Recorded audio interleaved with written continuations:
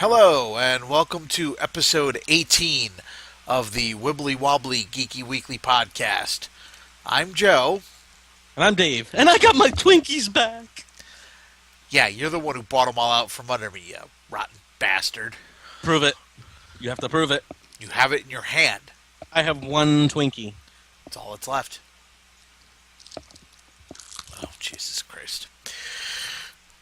So anyway, how have you been since the con? My feet hurt. I'm dehydrated. And I'm horny because all those girls there and I couldn't do a damn thing. Truly all I can say is, ha! Speaking of the con, well, we'll let you do your rant first, and then we'll actually talk about the con. Go ahead. I fucking hate the Holiday Inn, formerly known as the Hartford Plaza.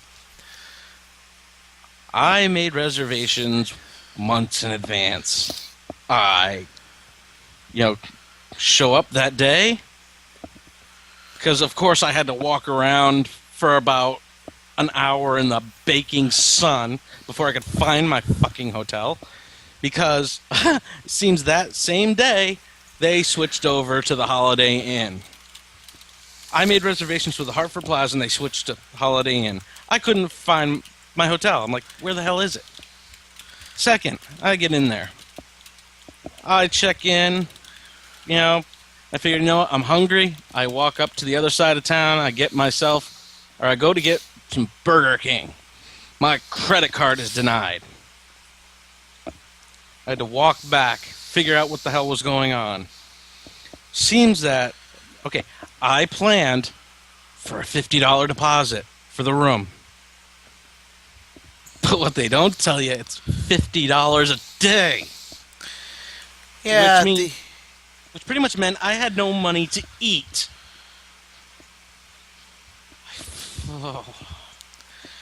Or money to get what I wanted to get in the dealer's room. And it was sitting right there. It was pretty, and I wanted my top hat, and I couldn't get it. Yeah, if I'd had the money, I'd have gotten it for you. I really would have, but I didn't. I'm sorry. I did, on the other hand, manage to get me a couple of little things. Well, Paula got me one, and and I still have to say thank you for helping me eat. You and Jay and Jamie. oh, dude, that's not even remotely a problem. Yes, because we were going to let you starve. I wouldn't doubt it sometimes. Just to watch me laugh and roll around, See what I do from, lack of hunger. Just for that, I'm going to eat this in front of you. So, in other words, I do something nice for you, and you're a dick now. What? I said, in other words, we do something nice for you, and you're a dick now. No, I'm just hungry. Knowing that I've been looking for those and can't get any, you're going to eat the fucking thing in front of me. You're lucky you're on the other side of the state right now. I'd slap that thing out of your hand. I got this for my dessert. Like I said, you're lucky you're on the other side of the state right now. You get that thing slapped out of your hand. You look like you're sucking a dick. Yeah. Anyway, I'm going to show everybody what Paula got me. She got me a little keychain. One side is... Can you make that out there? Yes. Get Spidey hanging upside down, and kind of as a tribute to a certain Ultimate Spider-Man episode that we saw a couple weeks ago. Chibi Deadpool, bang bang bang. There must be booby traps everywhere. He said traps. And then I got. I'm a big fan of Robotech and Macross. Yes, folks, you can like both series. You don't have to pick just one. I know it's coming in on reverse on my screen. I don't know if it'll write now. I see Robotech. Yes, it's written clearly. Okay, well on my screen it's actually reversed, so I won't know until I take a look at it.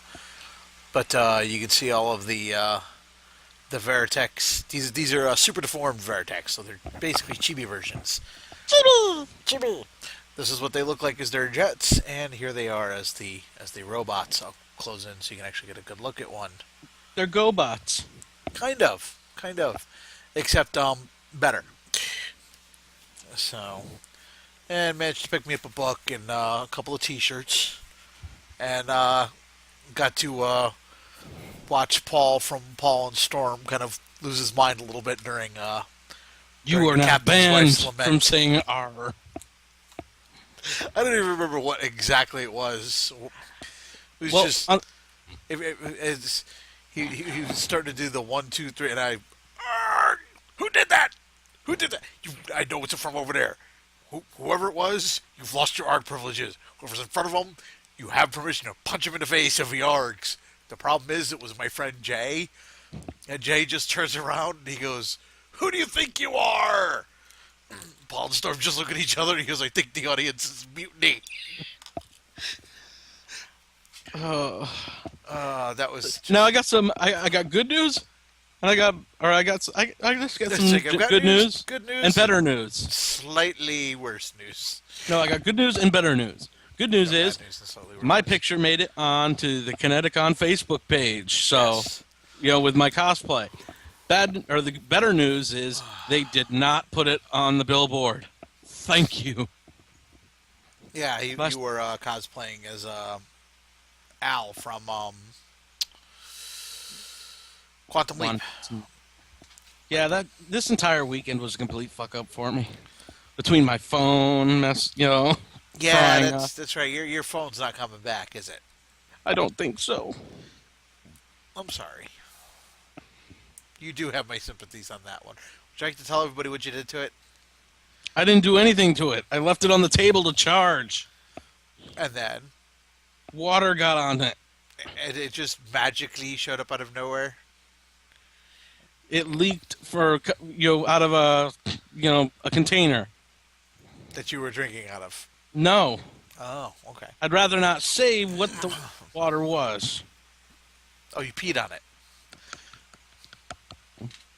Fine, I was soaking my teeth in it. You were? Yes. Oh, yeah. Actually, I think you did tell that part of the story. I genuinely didn't remember. But on the upside, we did get to go see the RKO Army a couple of times. They did like several shows over the course of the weekend. They did Rocky Horror Picture Show, We which popped our friends' cherries. which by the way, if you don't know what the RKO Army is, what they do is they do something called shadow casting, which is basically they perform the movie as the movie plays behind them, or the television series episode, as the case may be. So we watched Rocky Horror Picture Show and made sure that our two friends that were virgins went up and had to do their virginal, had their cherry popped. They also did Repo, the Genetic Opera. Which I'm surprised. Half the people that went to those were under 18. Yeah, but there's if you think I've never seen Repo, so I can't talk about that one. But really, There was this 12-year or 11 or 12-year-old boy that walked out of seeing Rocky Horror going, "I am scarred for life." I didn't see anybody quite that young. I don't The one that went into the restroom after the movie. Again, I didn't see anybody quite Either that young. Well, I believe you. I just didn't see him. He was just like, "I'm scarred for life." Well, Well, seeing Tim Curry dressed like that, anybody'd be scarred. do you think it was seeing Tim Curry or the guy below Tim Curry dressed like that? Especially since the kid had closer seats than we did. That may have been it. And But- he had to get upstage because he was getting his cherry popped. Yep. But that's what I mean. I didn't see him up there. So, but as I said, they also did Repo. They also did. Oh, excuse me. Oh, Sorry, well, long day today. Magenta and Columbia were very, very hot. They also did Dr. Horrible's sing along blog, as well as the episode of Firefly, Out of Gas, and a Buffy episode. It's the musical episode. I Once More apologize. with Feeling. Once More with Feeling. I'm sorry. I don't care for Buffy, so even if I'd had the opportunity to see it, I wouldn't, just because I don't like it. And then on top of that, they had the world premiere of the shadow casting of the movie Serenity, which, considering it was their first time, went pretty well until they threw a pool noodle that was supposed to be the spear for Wash and basically hit Mal with it. You've The got poor Wash choreography, sitting there trying desperately not to laugh. the choreography for the fights needed a little work, but Hey, like I said, for a first time actually performing it in front of an audience, I'm not going to quibble. Their major problem was them just kind of accidentally hopping ahead of the movie. yeah. That's it. Um, Now the girl who's playing River, on the other hand, did an absolutely phenomenal job. Especially when she jumped off the stage into a crowd of people dressed as zombies. Yes, they had a small group of people dressed as Reavers, and they have the sequence where she jumps out the door, and to represent that, she actually jumped off the stage, and they caught her, which that was actually extremely well done. But yeah, again, everything went without a problem from what I've heard. I've Why don't you tell them talked about to a this? couple people. They had 12,000 people attend this year, which is Actually, another it was record. more. There was What more was it? than You have that. an update on that? I had an update. It was over 5,000 or 15,000 people. Oh, really? God damn. That's they're going to end up having a. Well, you know what? Now that they've been able to spread out across town a little bit, that helps. Because you've got the Starlight Theater, which is where they ran which is where they held the screening rooms this year. Where we were able to sit down. They have a nice little bistro in there. You sit down. You got 10% off if you had your badge. The food was excellent. 80s movies in the middle of the night. Oh yeah, you go see the Goonies, you go see Ghostbusters, you go see Bill and Never-ending Ted's Excellent Story. Adventure: The Never-Ending Story. And if you wanted to see something like Pacific Rim, and Why the Hell Aren't You? We'll get into that. The movie tickets are normally $9. Oh, you got your badge; it's $6. Okay. They were running Man of Steel. Nobody was going to see that for obvious reasons. Um, as a Lone Ranger, nobody was going to see that because everybody's sick of Johnny Depp. Speaking of of Steel, anybody who is watching, go to Heshi and how it should have ended, I saw and that. watch how it should have ended Man of Steel. That was brilliant. That whole episode, that whole If for nothing 5 minutes is better than the entire movie. even if you just watch the first couple of minutes. Oh, did you really want one of those? Sorry, I gotta go now. I If still you've seen it, you know what I'm talking about. still a better love story than Man of Steel. Yeah, yeah. That's like, hey, Pacific Rim, monsters beating the holy living hell out of monsters, yet still manages to be a better love story than Twilight. I mean, we'll get into that in a little bit with the monsters, and the robots. Yeah, why don't we go ahead and start jumping into our stories here? Oh, Yeah. I'm sorry. Go ahead and finish what you were going to say. I apologize. I forgot what I was going to say. Okay. I just said I posted the video up on our Facebook. Okay. Yes, Let's and watch that. um, again, thanks to Dave for updating the Facebook over the course of the weekend. He's going to continue to be putting pictures up from the con over the next week or so. Assuming I can find some when they go up. Well, I couldn't take them all myself, Well, you'll so- you'll be getting more from me and Paula. so I'm kind of stealing them from alternate sources, as well as our friends Jay and Jamie. Jamie got to learn how to knit with Marina Sirtis. Oh yes, that's right. We managed to get a picture taken with Marina Sirtis and Neil Grayston, who played Fargo and Deanna Troy on their respective shows. Her panel was awesome. It was. She talked about Star Trek Generations, and just she gets a lot of hate for crashing the Enterprise. Well, she's talking about it, and her reaction Yeah. was, "I get to fly the ship. I get to fly the ship." She calls Dorn, and she calls him Dorny. She's Dorny. I get to fly the ship. Did you finish reading the script? No. Finish the script and call me back. But the funny part was, with all the explosions set up and all that, She burnt her ass. yeah, she's talking about the person who was at the helm got knocked out of their seat. She goes to sit down during the first take after things are blowing up behind, and she sat down on a hot ember and burned a hole right through her suit and burned her ass. And everybody was like, "God damn it, Marina! What the hell's wrong with you? I burned my bum." And we were able to again. Now Dave wasn't at this panel, but Neil Grayston. He basically his panels are basically Q&As when he's on his own. So like, okay, I walked up and asked him a question. Somebody else walked up. Another person walked up, and then I asked him another question. Realized nobody else was coming up. So I asked him another question because there was supposed to be somebody there to walk around with the mic because people kind of get a little weird lining up for a microphone. I don't know why, but they do.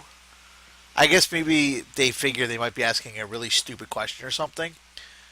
But there were a couple of people who asked, and at one point he's just like, he looks around. He's like, "Does anybody else?" He looks right at me. He goes, You've got to have another one." I ended up asking him like 6 or 7 questions when I went to go get when me and Paula went to go see him the next day. I said, "Sorry about hogging the microphone." He goes, No. That was not hogging at all. He goes, "Thank you for keeping the panel going." But he was talking about how him and Colin Ferguson, who played the sheriff on Eureka, just decided to have these bizarre.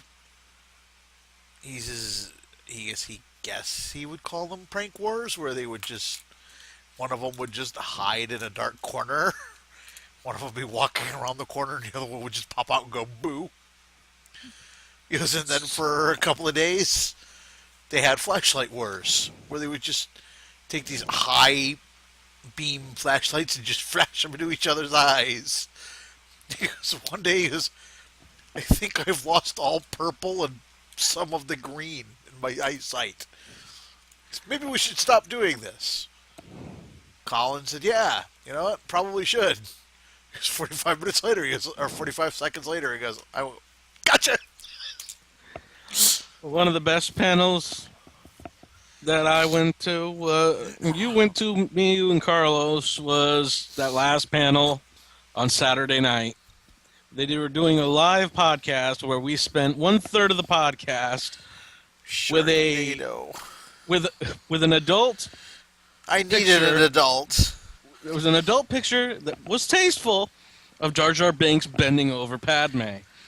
Yeah, because tasteful is the word that comes to mind for that. Well, you never actually saw anything. It wasn't like cum dripping off of the... Excuse me, folks. Stop. God damn it, you're making it worse.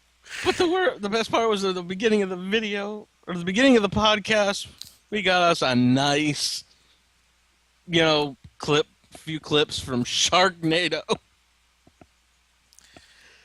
Oh, God. Damn it, Napa. Dude, okay, there's a guy in the movie, lights up, yes, starts up a chainsaw, jumps through a shark in its mouth, with the chainsaw, then cuts his way out and pulls out a woman.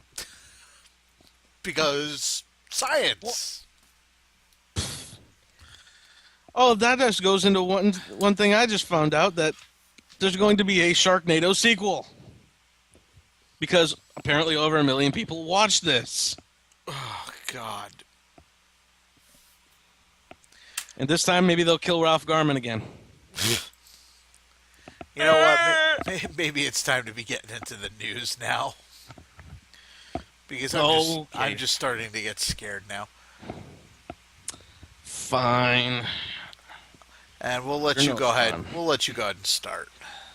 Well, Rob Liefeld confirms that an X-Force movie has been in the works since March. That's right, folks. We could be seeing Deadpool and Cable together. Not Taco Cable. Those of you who have played Deadpool, the game, will get that joke. Do you like tacos, Wade? I like tacos.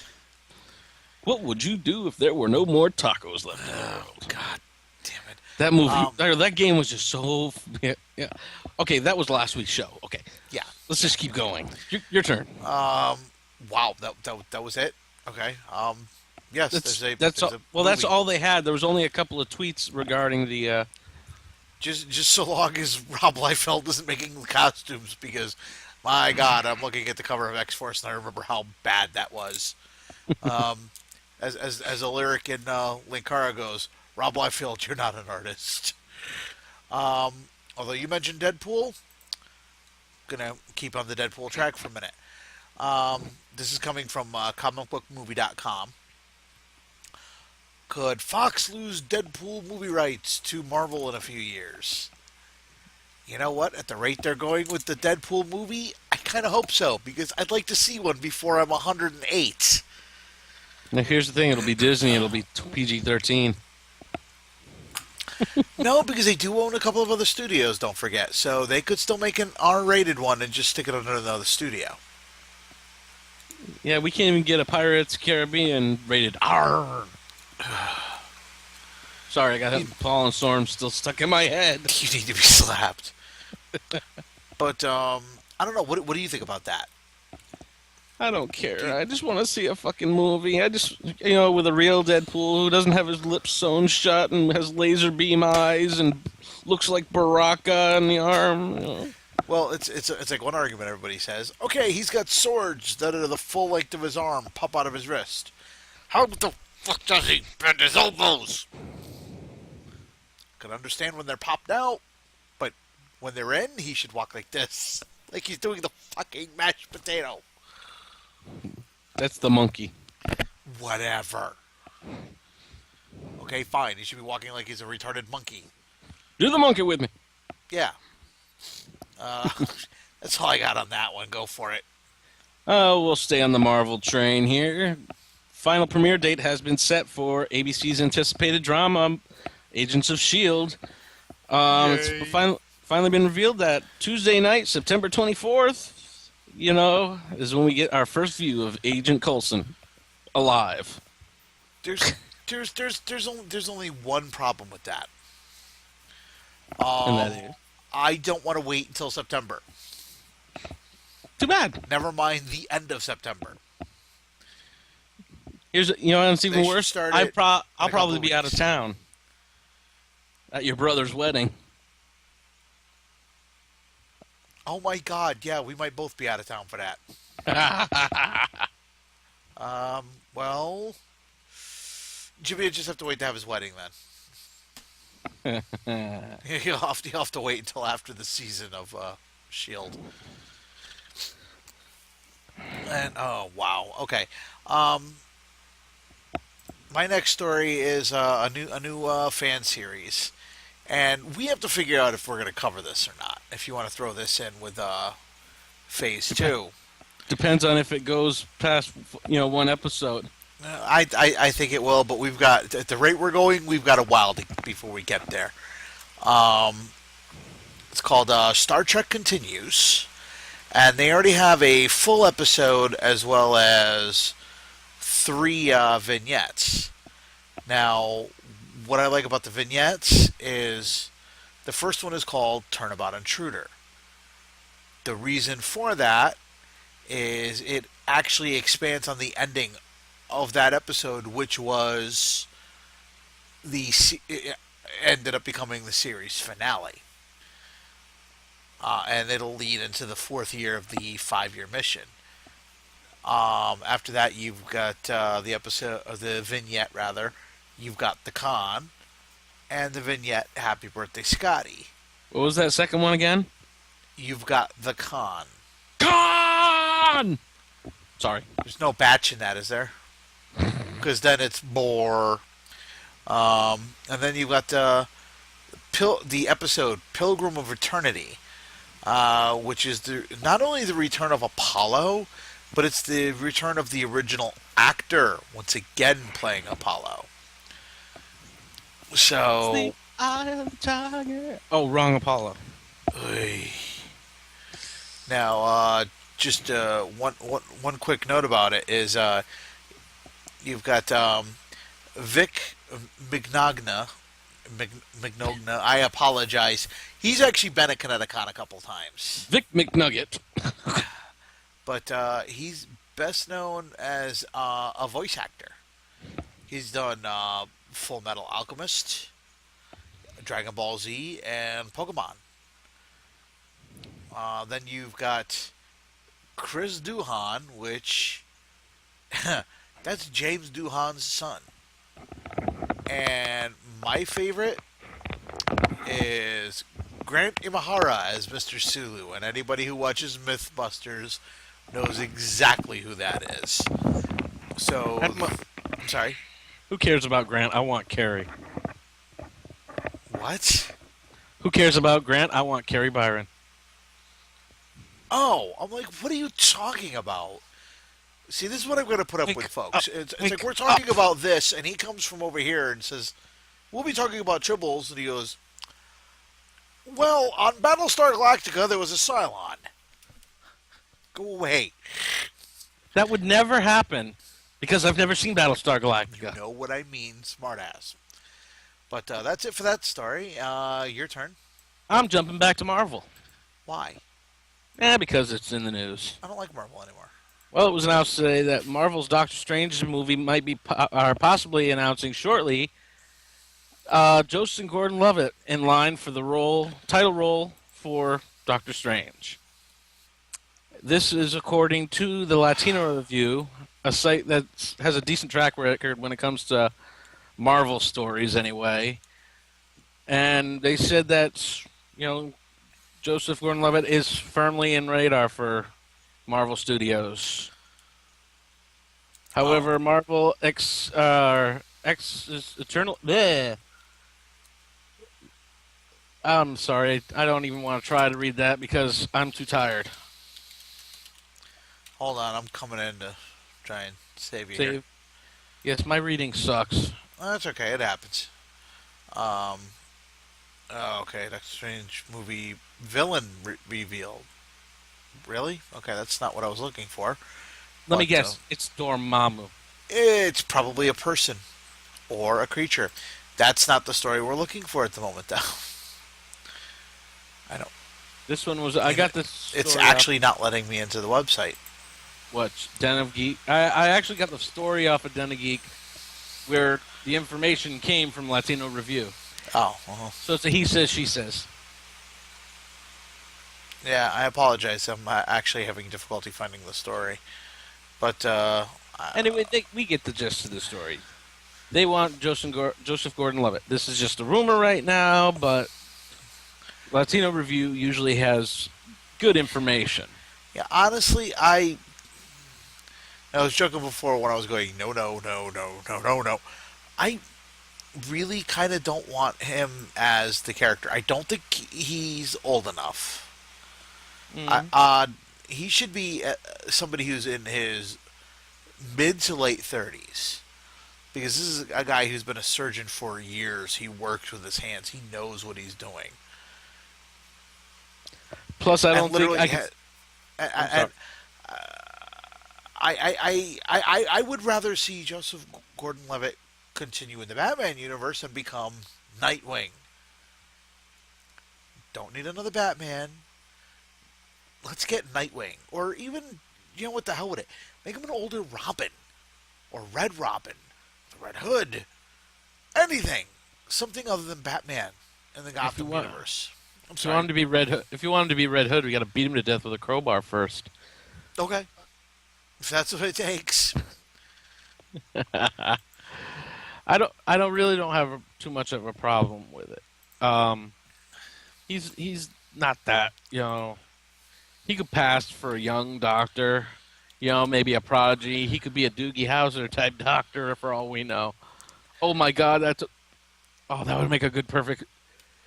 Like Neil Patrick Harris as Doctor Strange. Okay, no. I put that up there with that's about as good idea as putting McAfee on your computer. And we all saw what happens when you try to uninstall McAfee. You're segueing into my next story. Stop it. I'm setting it up for you. Thank you. So you want to talk about the video first? Which video? The McAfee video? Fine. Just, you know what? Just talk about, just go to YouTube and look up John McAfee.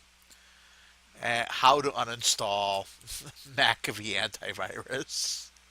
And be ready for the usage of a crazy straw in a way it was never meant to be used. Well, that could be so many different things. Yes, make sure you back up. Keep backing up. Keep backing up. Go ahead. All right, my final story has to do with watching your computer. Watch out, folks, and superhero fans. You're being targeted. I'm getting this story from USA Today, by the way. I never really thought about this, but it makes sense. The more popular something is, the more likely a hacker is to use it on unsuspecting surfers. Today, McAfee, the company that makes antivirus software, issued a list of 2013's most toxic superheroes, none of that including the Toxic Avenger. According to the company, these are the characters, when searched, are most likely to lead to bad links, including viruses, malware, and sites laden with malicious software designed to steal passwords and personal information. Now, I'm going to go... These are the top 15. I'm going to go backwards from 15. Well, you want to go back and forth? You'll start at 15, and we'll each call one out. All right. Fine. Okay. The number 15, is Spider-Man. At 11.15%. Number 14 is Captain America at 11.77%. 13 is Batman at 12.30%. Number 12 is Invisible Woman at 12.40%. Why is she even on the top 15 being searched? I can understand Fantastic Four, but just the Invisible Woman? Have you seen some of the people in cosplay as the Invisible Woman? No, I couldn't. She was invisible. I would have slapped you. And you would deserve it. Anyway, on to number 11. Number 11 at 14.27%, Wolverine. Well, my screen blanked out. Okay, sorry about that. Number 10 was Cyclops at 14.40. At 15%. Number 9 is Green Lantern. And number 8 is Thor at 15.10%. 15.21%. Number 7 is Superman. At number 6, Iron Man at 15.63%. Number 5, Daredevil at 16.70%. At number 4, Wonder Woman at 16.77%. Would you like to ask why people try to look up Wonder Woman too?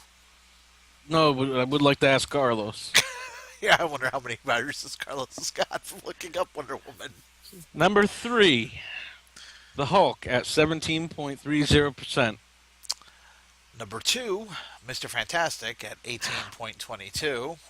I don't even want to know why people are looking that up and why it's number 2. Well, it's the first one that baffles me even more.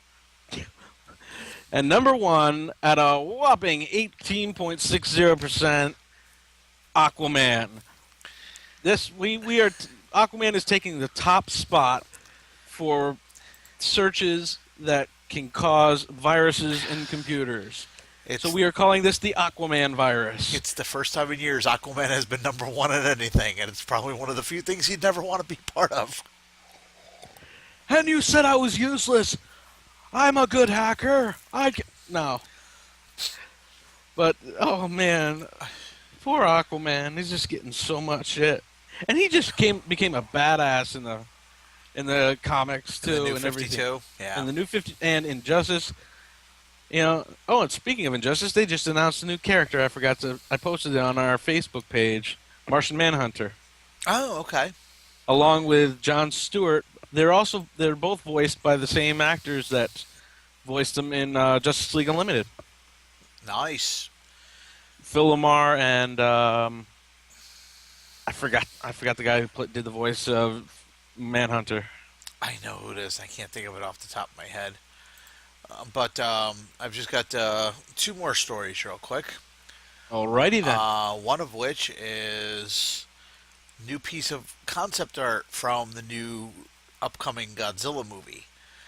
If they follow this piece of art, Godzilla looks like he is going to be one massive motherfucker. Um, I am still very nervous about this film, though. As Dave knows, I grew up as a massive Godzilla fan. I used to play Godzilla on the playground. Same here, and good thing we're not in preschool now. We wouldn't even be allowed to play superhero. Anyway, yeah, Creeping sorry. me out. That story just still pisses me off to this day, and we talked about that about a month ago. I take it you've seen the piece of artwork at this point, right? I have not, because there's no indication of any type of Godzilla in the picture. Actually, there is. If you look at it, you see his spikes and everything coming up out of the water. Oh, spikes coming out of the water. That's good. Or not his spikes, but his dorsal fins, which that already looks a hell of a lot more like Godzilla than whatever the hell that thing was in the uh, Matthew Broderick version. Zilla. Dumbasses. The problem is we still don't have a shot of the head. That's kind of what's bothering me. Is I'm scared they're gonna have. I'm genuinely scared they're gonna screw that up. I'm looking at some concept art here, and it doesn't look that bad. No, it doesn't. I mean, I have no problem with changes to the character. I had people sitting there telling me that I just didn't like the new. I didn't like the Godzilla movie because it was a different thing. That's a lot of fish. Yeah, they didn't try to even stay respectful at all to the original source material. I understand that there's going to be changes to an American version. Just be respectful to where you get it from. That's my problem with World War Z and why I won't get to see the movie, but that's a whole nother story. Speaking of a whole nother story, my last one is on Pacific Rim, and we'll be going a little bit more into that when we go over the box office figures again this week. But what the hell is wrong with this country? That this piece of shit Adam Sandler movie is beating Pacific Rim. I know Dave hasn't seen the movie yet, but it's kind of like the Lone Ranger. I can understand why a lot of people won't go see the Lone Ranger because they're getting tired of Johnny Depp. The people who really like it, I can understand why they like it. It does genuinely look like a good movie. I just don't want to see it in the theater. Plus, Johnny Depp is taking the Tonto thing way too seriously. Well, this is what I've been hearing. It's basically Captain Jack Sparrow disguised as an Indian. If I wanted another Captain Jack Sparrow movie, I would just wait for another Pirates of the Caribbean. Well, seriously, like I said, he's taking it. I told you earlier, Johnny Depp is buying Wounded Knee and giving it back to the Sioux Indians. I'm all for, that's good. I think that's cool. But he's not Native American. He's trying to pass himself off as one. Right. But now, be true. I'm sorry. Go ahead. Be more true to yourself. Right. I mean, it would be nice if the Lone Ranger maybe did do better. But I think like I said, and I'm not blaming Johnny Depp. It's not his fault. He's doing what he does. He's playing Johnny Depp as a character. The problem is, I think we're just getting too much Donnie Depp. Okay, we're getting too much Johnny Depp, and people are getting tired of it. Whereas we've got this movie Pacific Rim, which is actually fairly original in its design of the creatures, its design of the robots. And we've got, there was somebody on comicbookmovie.com, Josh Wilding. And again, I don't know what the hell movie he saw. I think he saw Annalie Rimming. He did not see Pacific Rim. Because if he had, he would know what the fuck he was talking about. And he's talking about how the Transformer movies embraced their stupidness and didn't try to take themselves seriously. Really? What the hell version of the Transformers were you watching? Were they maybe work prints where Michael Bay went, no, these actually look good, took out scissors and actually physically cut the film? Didn't exist in anything I saw or anything else seen. In the meantime, he's talking about how, well, this doesn't have much of a story and the robots just didn't look good and the special effects didn't look that good. The special effects were amazing. It wasn't designed to be much of a story. That it takes it as is. It's robots versus monster. It was meant to be fun. It's almost like a classic Japanese monster film. Exactly what it was. That's why. Oh God. I mean, okay. I mean, he's trying to compare this to Superman, where he's talking about how the much beloved Man of Steel, you know, the one that is getting a really bad Rotten Tomatoes rating and is still making money. Don't get me wrong. It's made its money. And this, I believe, will make its money back with a lot of the overseas as well. Because, again, the box office we're going to be going over in the next couple minutes is just the domestic. We're not going to be doing the worldwide. But, no.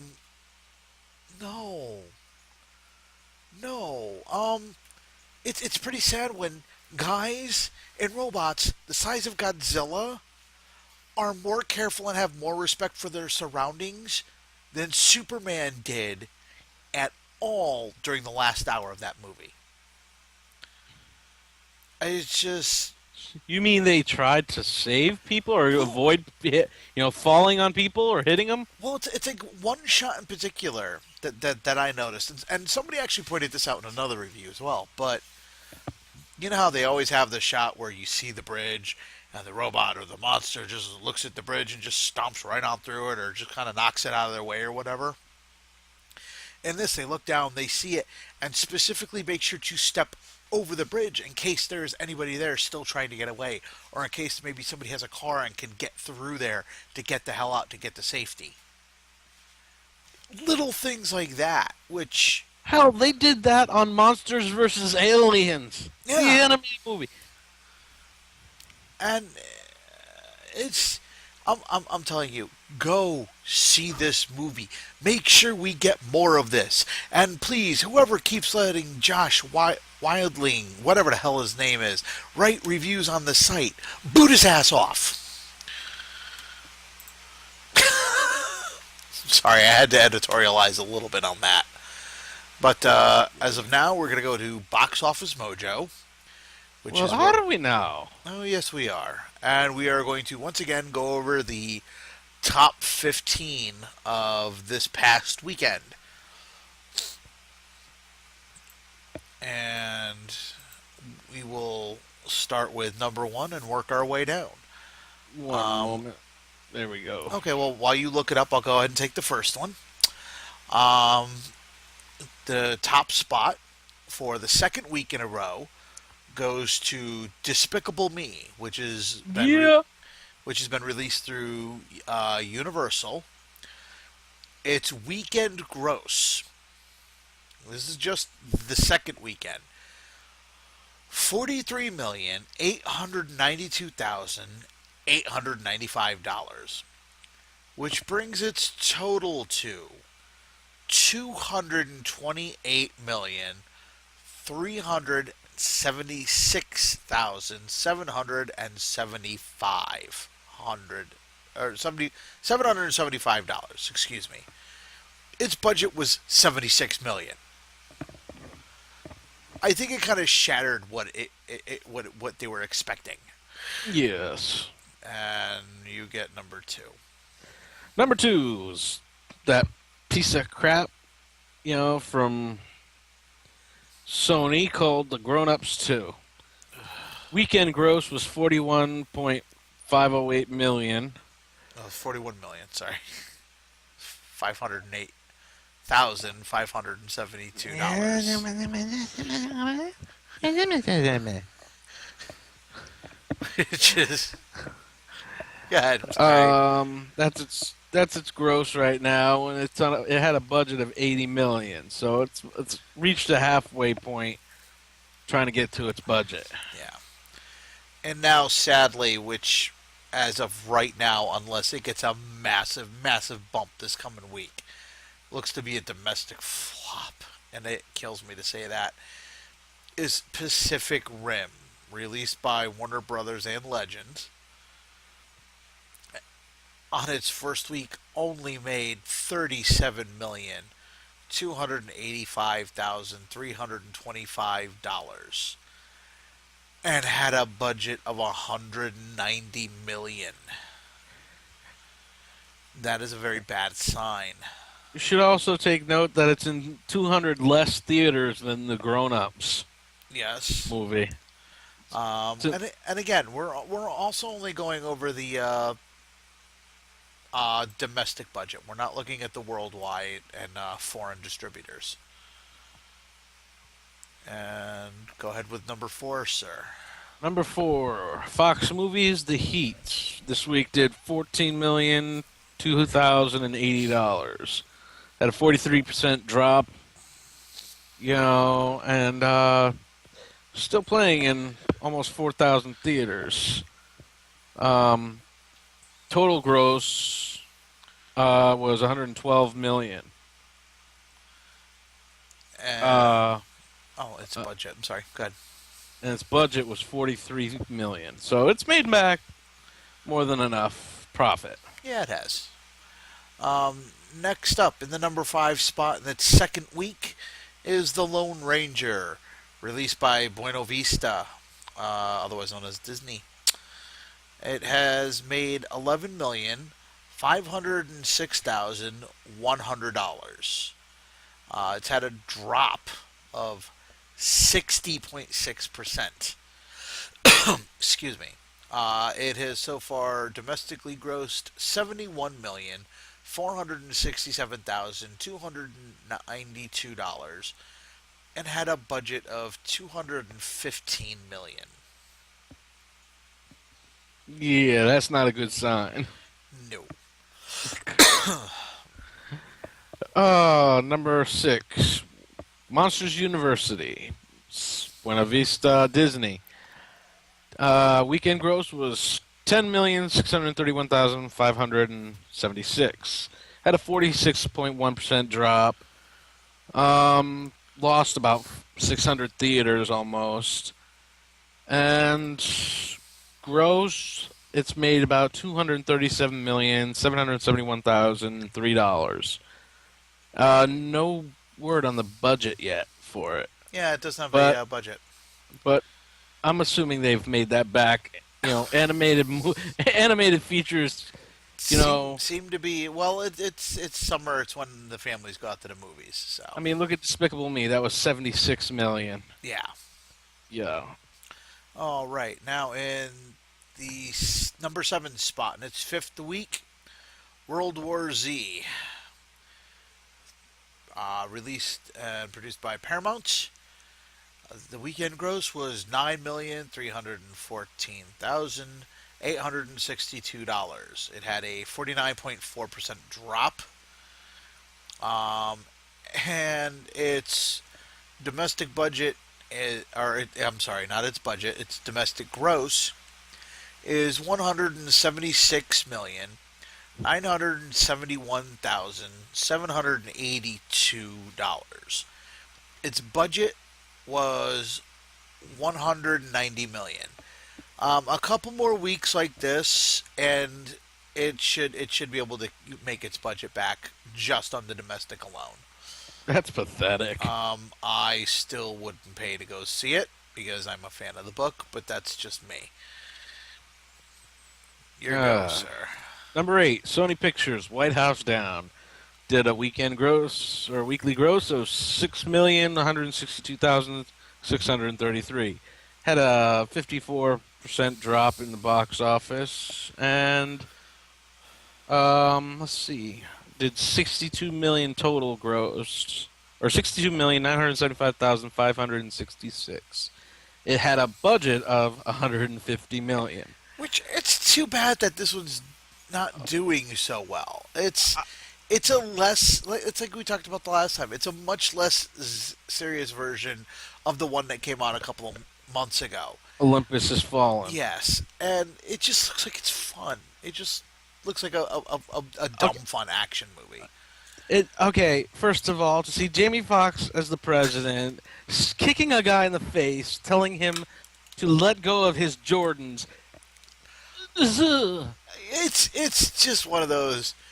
Just turn your brain off and just watch it for the pretty explosions. It's not a Michael Bay film. No, but that still makes it better because Michael Bay had nothing to do with it. Meanwhile, in the number 9 spot, we've got Kevin Hart. Let Me Explain, which is a stand-up comedy movie. It's a concert movie released through Lionsgate and Sony. Again, it's a little independent film, so it's made $4,754,152. And had a drop of 52.6, but is only in 892 theaters. That's after adding 16, and is still pulled in 26,132,461 as an overall. And I believe that I read its budget as only about 4 or 5 mil. So again, that's pretty damned good. It made its budget back within the first couple of days, frankly. And you get the next one. Why? What did I ever do? What did I do to deserve that? You saw it? Number 10, Man of Steel. There, we're done. Next. Not. Fine. Man of Steel from Warner Brothers Pictures has made this week $4,719,084. 58% drop in the box office, and has lost almost, pretty close to 800 theaters. Their total, gross domestic is 288,962. Their budget was 225,000. So they've made enough profit, and nobody fucking cares. Yeah, that's in their 5th week. Oh, it's a polarizing film. And the 11th spot, and this is again one of my favorite movies of the summer. This is The End, released by Sony. It has made this weekend another $2,850,571. Had a 51.4% drop, and I'm seriously considering seeing if I can find a theater to watch it again. And has made an overall gross domestically of $91,639,011, and it had a budget of $32 million. They've just, again, much like Despicable Me, they've shattered their budget. They've done overwhelmingly well with that movie. Number 12, Now You See Me from Lionsgate. That's the Magician's movie, right? Yep. Okay. I actually kind of wanted to see it, but let's see. They've made this week 1,334,164. They had a 53% drop, and they lost about half their theaters this week. They lost. They're down to 850 theaters. Their total gross domestic was 113,311,866. and they only had a budget of 75 million. So they've done really well. Yeah, they have. Um, the Way Back, which is actually it's a Fox Searchlight film, which means it opened in a very tiny portion of the country. It's actually a Steve Carell film. I saw a preview for this. It does look like it could be pretty funny, but Steve Carell is not playing the lovable guy that he usually is. He is actually playing just a kind of a raging asshole in this film. He's not. He's They made really a playing movie against about me? type. No, They've made a movie about me? no. He's genuinely playing against type. No, they don't have enough dark light for that.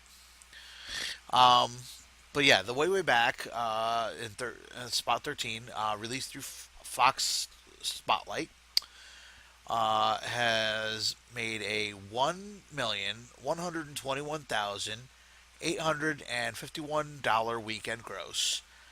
Had a jump of 102.9% due to the fact that it added 60 theaters this week.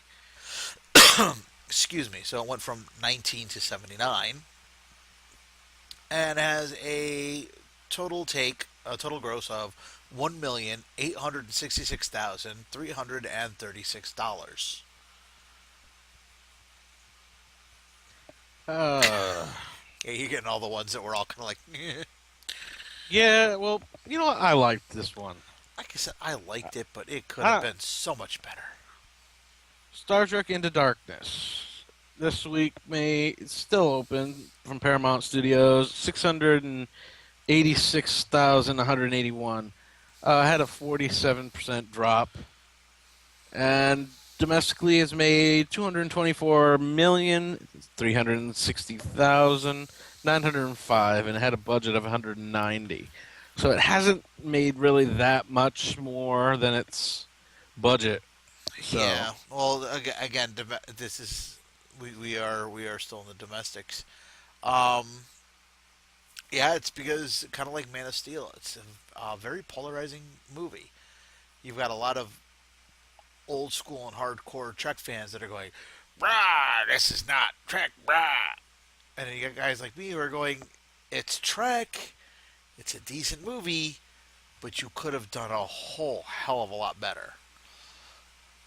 And God help me, I have to try and say this. Number 15. I apologize. I'm not trying to butcher this name deliberately. Bog Mika Bog. Yeah, I think that's about as good as it's gonna get. It's from Reliant. I believe it's Reliance Big. Okay, my screen just died. There we go. Sorry. Yes, it's from Reliance Big Pictures, and has a weekend gross and a total gross of $647,112. Again, it's its first week on nothing on the budget. I honestly haven't heard of it until we got in here today. And just real quick, I just want to make a quick special mention of the roadside attraction release of the Joss Whedon's Much Ado About Nothing, which has managed to rake in altogether 3,385,247. It's still sitting. It's right on the edge, but it's still in the top 25 in the country, which is still pretty damn good. But just to quickly touch upon the Pacific Rim again, I can actually understand it losing out on its first week to Despicable Me. I get that. Despicable Me is nothing was going to beat that in its first couple of weeks. hell no, not Unless with all the minions. I was to say, unless it was Man of Steel or something like that, that was really it. Pacific Rim was kind of up in the air as to how well it was going to do. There's no way in hell that piece of shit Adam Sandler Grown Ups 2 should be making more money than Pacific Rim. The only reason that, well, then again, look at all the reality television that's out there. How many real lives series do we have? I think that pretty much says it all right there. On that note, I would actually like to thank um, Connecticon for just doing everything they could and putting on a hell of a show. And if we do have any viewers that we talk to over the course of the weekend, hello. Hopefully you'll enjoy the show. Uh, Dave, I tried to spread the word at the con a little bit, you know. yep, you spread the word. Like I said, you did a hell of a lot for the show this weekend. So thank you. I appreciate it. I try. And would you like to let them know where they could leave their thoughts for us? Well, you can leave your thoughts for us at wobblypod at either gmail or yahoo.com. We're also on Facebook and Twitter at wobblypod. The show itself is on wobblypod at yahoo. Yeah, that's what I said. At Yes, you said that. That was wrong. YouTube. You said it. Yes, at YouTube. Under the Wibbly-Wobbly-Geeky-Weekly. That's the name of the show. The And- channel is wobblypod. And not this week, but next week, we will be bringing back Taking on Trek. I've heard that before. Yeah, well, I finally actually am going to have time to sit down and watch it over the course of the next week. Because at this point, I need to rewatch the damned episodes. I just need to get out of this freaking heat. Yeah, well, This oppressive heat.